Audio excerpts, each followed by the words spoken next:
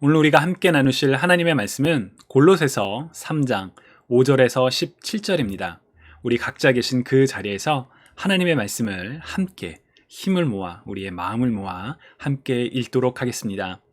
그러므로 땅에 있는 지체를 죽이라. 곧 음란과 부정과 사욕과 악한 정욕과 탐심이니 탐심은 우상 숭배니라. 이것들로 말미암아 하나님의 진노가 임하느니라.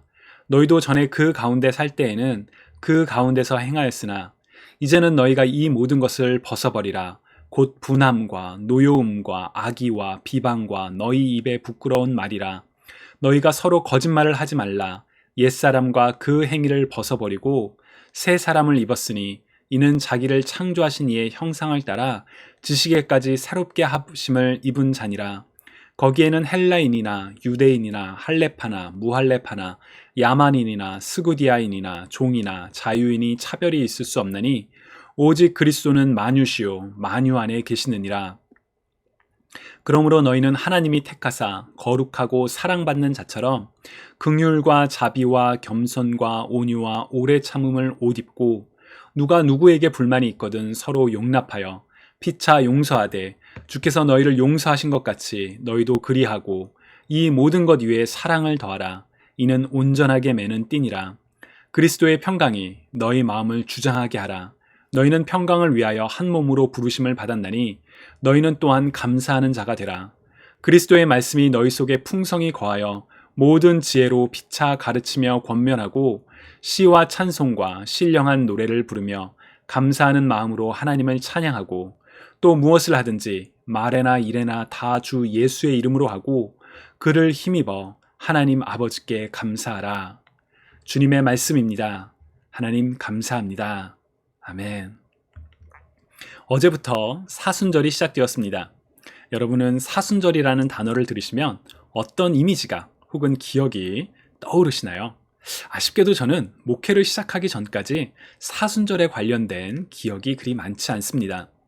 제가 이전에 속했던 공동체에서 사순절을 강조하지 않아서였는지 혹은 제가 개인적으로 사순절이라고 해서 무언가 특별한 일을 하지 않았기 때문이었는지 사실 명확하지는 않습니다. 우리의 기억이 사실 그렇죠. 여러분 혹시 어제 무슨 일을 하셨는지 다 기억이 나시나요? 평소와 다를 바 없는 일상이었다면 기억하는 것이 쉽지 않습니다. 그러나 무언가 평소와 다른 일을 특별하게 했다면 그 일들은 기억에 잘 남죠. 그런 점에서 저는 사순절을 조금 더 특별하게 보내기 위해서 우리가 특별한 일을 해야만 한다라고 생각을 합니다. 물론 우리가 사순절을 지키는 이유는 보다 근본적인 것입니다. 바로 우리를 위해 이 땅에 오신 예수 그리스도의 고난과 죽음 그리고 부활을 기다리며 소망하는 시간이 바로 이 사순절의 시간입니다. 원래 사순절은 초대교회에서 부활절 세례를 앞둔 사람들이 자신을 돌아보고 준비하는 기간에서 시작되었다라고 학자들은 이야기합니다. 처음에 사순절은 3일을 금식하는 형태였는데 4세기 니케아 공의회에서 40일 동안 하루에 한 끼만 식사하는 형태로 정했다라고 합니다. 사실 40일이라는 숫자, 성경에서 매우 상징적인 숫자입니다. 예수님께서 광야에서 40일 동안 금식하시며 시험을 받으셨던 일이 가장 대표적인 일이라고 할 수 있지만 이 이외에도 창세기에 대홍수가 날 때 40일 동안 비가 내렸었죠. 그리고 모세가 시내산에서 하나님으로부터 율법을 받기 전에 40일을 머물렀고요. 엘리야가 하나님의 말씀을 따라 호렙산으로 가던 여정도 40일이었습니다. 그리고 요나가 니느웨 성읍에서 40일이 지나면 니느웨가 무너질 것이다 라고 심판을 선언하기도 했죠. 그리고 이 40이라는 숫자는 영적인 변화로 이어졌습니다. 세상에서 악이 씻겨지는 시간이었고 이스라엘 백성이 언약을 통해 하나님의 백성으로 선포되는 일이 일어났으며 낙심과 절망에 빠졌던 선지자가 다시 일어났고 그리고 죄에 물든 이방인들이 회개를 하고 용서를 받았으며 그리고 인간으로 오신 그리스도가 이제 본격적으로 사역을 시작하시는 과정이기도 했습니다.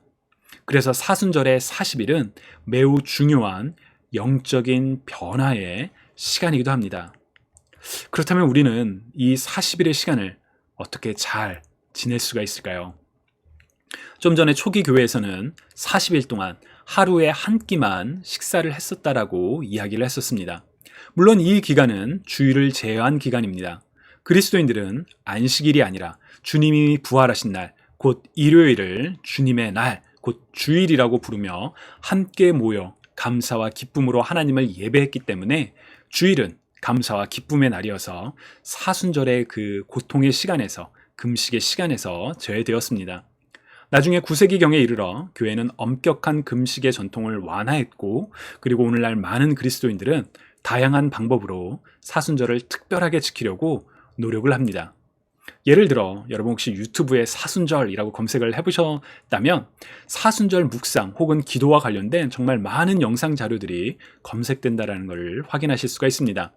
어떤 영상은 올린 지 하루뿐이 되지 않았지만 조회수도 막 10,000단위가 넘어갈 정도로 정말 많은 사람들이 보고 있다는 그런 모습들도 보입니다.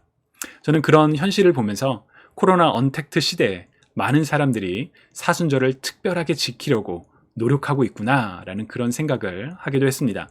자, 그렇다면 우리는 어떻게 특별하게 이번 사순절을 잘 지낼 수가 있을까요? 저는 오늘 우리가 함께 읽은 골로새서 말씀을 통해 사순절을 특별하게 보내는 그런 구체적인 방법들을 배울 수 있다고 생각을 합니다. 바로 그 내용을 오늘 여러분들과 함께 말씀을 통해 나누고자 합니다. 먼저 골로새서를 개략적으로 살펴보면 성경책의 제목에서처럼 골로새서는 골로새 교회에 쓴 바울의 편지입니다. 그러나 다른 지역들과 달리 골로새는 바울의 선교 여정 루트에 바울이 다녔던 그 지역을 표시하는 그 장소에 표시가 되지 않습니다.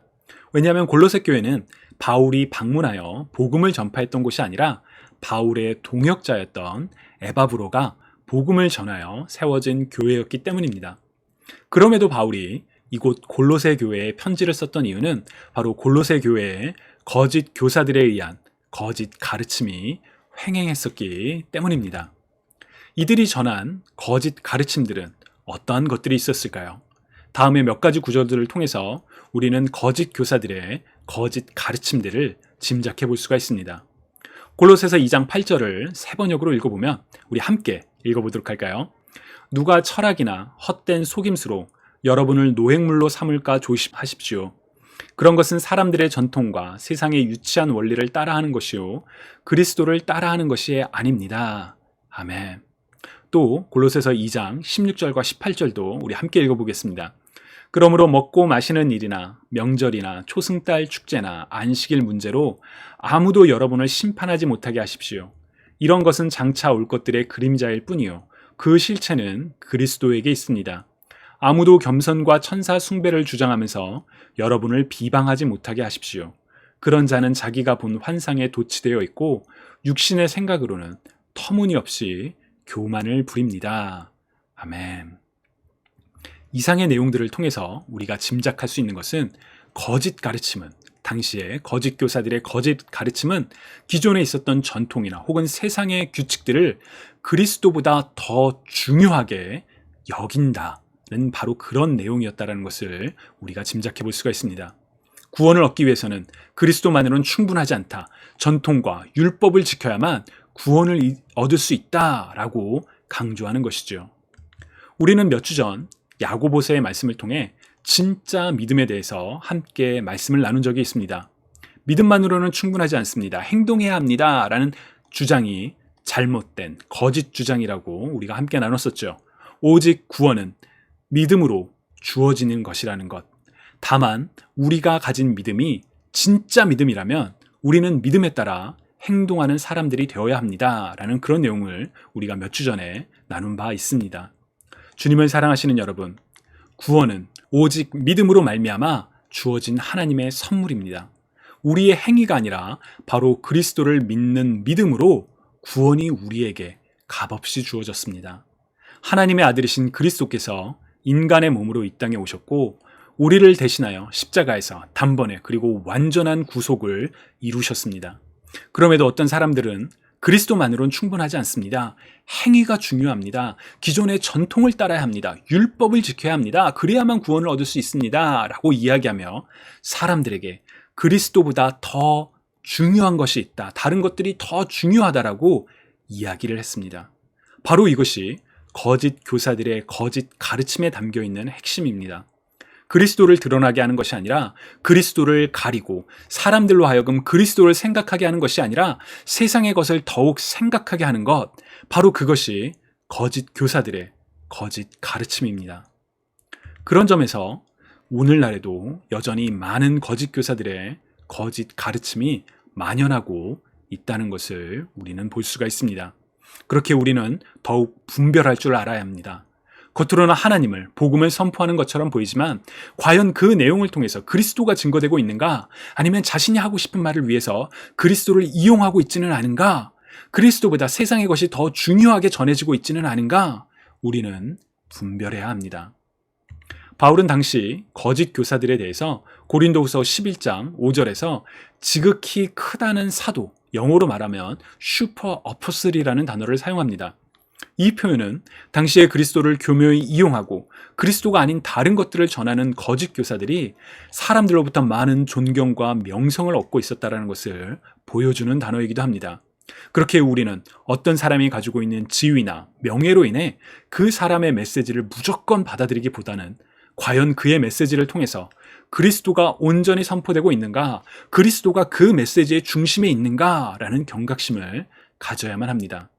그렇지 않는다면 골로새 교회에 일어났던 것처럼 거짓 가르침이, 그리스도보다 다른 세상의 것들이 더 중요하다고 가르치는 거짓 가르침들이 횡행하고 사람들의 마음속에 그리스도가 아니라 다른 것이 중심을 차지하게 되는 그런 안타까운 일들이 일어날 수도 있기 때문입니다. 골로새서는 바로 그러한 바울의 염려와 걱정이 담긴 편지입니다. 거짓 교사들의 거짓 가르침을 분별하십시오 라는 권면이 담겨 있죠. 바울의 권면은 단순히 경고에 머물지 않고 우리로 하여금 우리가 삶에서 어떻게 그리스도를 중심에 두고 살아갈 수 있는지 적극적인 권면으로 이어집니다. 골로새서 3장 1절과 2절을 보시면, 그러므로 여러분이 그리스도와 함께 살리심을 받았으니 위에 있는 것들을 추구하십시오. 거기에는 그리스도께서 하나님의 오른편에 앉아 계십니다.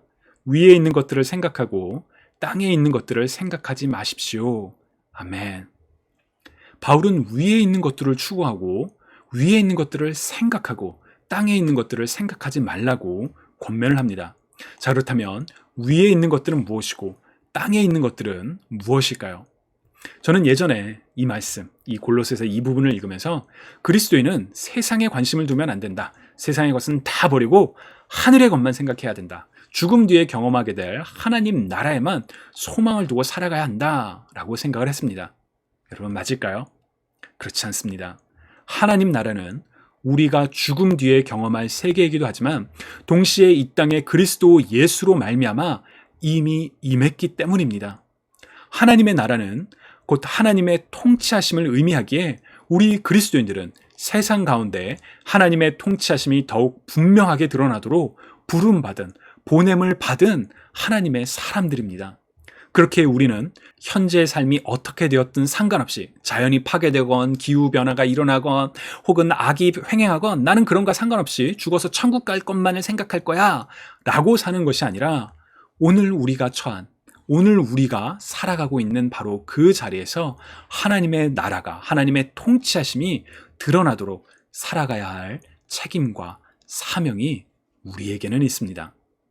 그렇다면 우리는 어떻게 그러한 책임과 사명을 완수하며 살아갈 수 있을까요? 오늘 본문에서 바울은 옛사람을 벗어버리고 새 사람을 입을 것을 강조합니다. 바울은 사실 골로새서 외에도 로마서, 에베소서에서 같은 비유를 사용을 합니다. 옛 자아를 벗어버리고 새로운 사람으로 옷을 입어라. 다시 말하면 그리스도 안에서 새로운 정체성을 가지고 살아가라 라는 것이지요. 그렇다면 우리가 버려야 할 옛 자아는 어떤 모습일까요?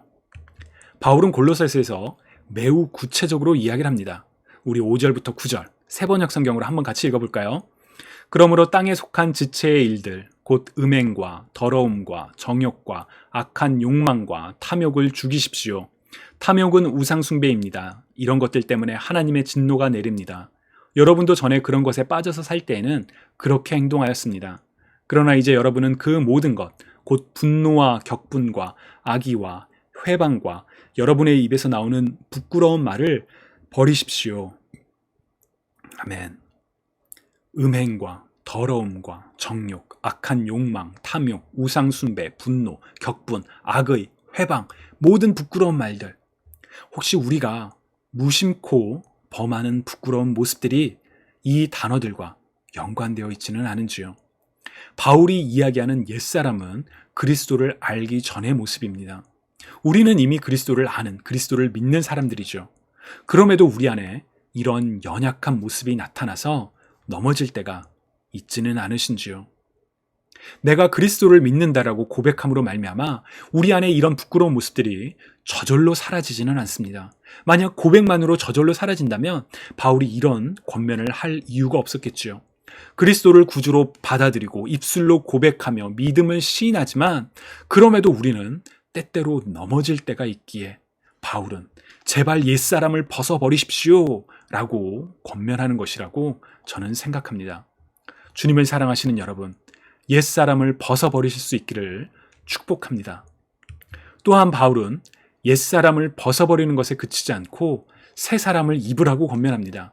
여러분 12절부터 17절 우리 한번 같이 읽어볼까요? 그러므로 여러분은 하나님의 택하심을 입은 사랑받는 거룩한 사람답게 동정심과 친절함과 겸손함과 온유함과 오래 참음을 옷 입듯이 입으십시오. 누가 누구에게 불평할 일이 있더라도 서로 용납하여 주고 서로 용서하여 주십시오. 주님께서 여러분을 용서하신 것과 같이 여러분도 서로 용서하십시오. 이 모든 것 위에 사랑을 더하십시오. 사랑은 완전하게 묶는 띠입니다. 그리스도의 평화가 여러분의 마음을 지배하게 하십시오. 이 평화를 누리도록 여러분은 부르심을 받아 한 몸이 되었습니다. 또 여러분은 감사하는 사람이 되십시오. 그리스도의 말씀이 여러분 가운데 풍성히 살아있게 하십시오. 온갖 지혜로 서로 가르치고 권고하십시오. 감사한 마음으로 시와 찬미와 신령한 노래로 여러분의 하나님께 마음을 다하여 찬양하십시오. 그리고 말이든 행동이든 무엇을 하든지 모든 것을 주 예수의 이름으로 하고 그분에게서 힘을 얻어서 하나님 아버지께 감사를 드리십시오. 아멘. 우리가 입어야 할 새 사람의 모습은, 특징은 어떤 것들인가요? 굉장히 바울이 자세하게 이야기를 하죠. 동정심, 친절함, 겸손함, 온유함, 오래 참음, 용서, 사랑, 평화, 감사, 지혜, 찬양, 모든 일을 주 예수의 이름으로 하며 감사를 드리는 것. 바로 이런 모습들이 그리스도로 말미암아 새 사람이 된 우리가 추구해야 할, 마땅히 행해야 할, 항상 생각하며 실천해야 할 모습들입니다. 주님을 사랑하시는 여러분, 저는 우리가 이번 사순절에 옛사람을 벗어버리고 새 사람을 입으라는 바울의 권면을 실천할 수 있으면 좋겠습니다. 사순절은 우리를 대신하여 이 땅에 오신 그리스도의 고난과 죽음을 생각하며 우리 자신을 돌아보는 시간입니다. 그렇기에 교회는 회개를 상징하는 보라색을 교회의 색으로 정하고 있지요. 또한 같은 이유로 교회는 금식과 절제를 강조해 오기도 했습니다. 그러나 사순절은 고통의 시간만이 아닙니다. 사순절은 주님의 고통을 기억하며 자신을 돌아보는 고통과 절제의 시간이지만 동시에 소망의 시간이기도 합니다. 왜냐하면 40일이라는 영적인 여정을 통해서 하나님께 더욱 가까이 나아가며 우리 자신이 변화하는 시간이기도 하기 때문입니다. 그렇기에 이번 사순절에 우리가 더욱더 옛사람의 모습을 벗어버리고 새 사람을 입도록 노력해보면 어떨까요? 골로새서에서 말하는 옛사람의 모습들 중에 여러분께서 자주 넘어지는 그런 내용들이 있으신지요? 그렇다면 이번 사순절에 그러한 모습들을 다 벗어버리도록 노력해 보시기 바랍니다. 오늘 벗었지만 내일 실패한다고요? 괜찮습니다. 내일 다시 벗으면 됩니다. 내일 벗으면 되니 내가 오늘 실패해도 되겠다 라는 마음만 갖지 않으면 됩니다. 내 의지로는 잘 끊어질 수가 없다면 나를 대신하여 십자가에서 고통당하시고 죽으신, 나를 용서하기 위해, 나를 살리시기 위해 돌아가신 그리스도를 생각하며 벗어버리시기 바랍니다. 또한 옛사람을 벗어버리는 것에 멈추시지 마시고 새 사람을 입으시기 바랍니다. 바울이 이야기하는 새 사람의 모습 중에 지금 우리에게 부족한 것이 있는지요? 그렇다면 그것을 입을 수 입도록 노력하시기 바랍니다. 우리 안에 감사가 부족했다면 감사를 고백하는 시간을 이번 사순절에 가져보면 어떨까요? 우리 안에 찬양이 부족했다면 이번 사순절 기간에 하나님을 하루에 한 번씩 찬양하는 일을 해보면 어떨까요? 내 안에 용서가 부족했다면 차마 용서하지 못하는 그를 위해 기도해 보시면 어떨까요? 그런 모습들이 우리 안에 하나 둘씩 쌓여가다 보면 우리는 사순절의 끝자락에서 새 사람을 옷 입고 있는 우리를 마주하게 될 것입니다. 주님이 사랑하시는 여러분, 오늘은 사순절 두 번째 날입니다. 우리에게는 아직 걸어가야 할 많은 날들이 있지요. 2021년 사순절의 여정 속에서 우리 모두 옛사람을 벗어버리고 새 사람을 입는 놀라운 축복을 경험하실 수 있기를 소망하고 또 그렇게 되시기를 주님의 이름으로 축복합니다. 여러분, 우리 이 시간에 함께 기도드리시겠습니다. 사랑의 하나님, 우리를 위해 이 땅에 오신 예수 그리스도의 고통과 죽음을 이 시간 기억하기 원합니다. 주님이 이번 사순절의 시간 동안 우리를 위해 이 땅에 오신 주님을 더욱더 깊이 생각하는 가운데 우리 안에 영적인 변화가 일어나는 그런 축복이 있기를 우리가 간구합니다. 우리의 옛사람을 벗어버리고 새 사람으로 옷 입어 하나님께서 기뻐하시는 삶을 살아가는 우리가 되게 하여 주옵소서. 감사드리며 살아계신 예수 그리스도의 이름으로 기도드립니다. 아멘.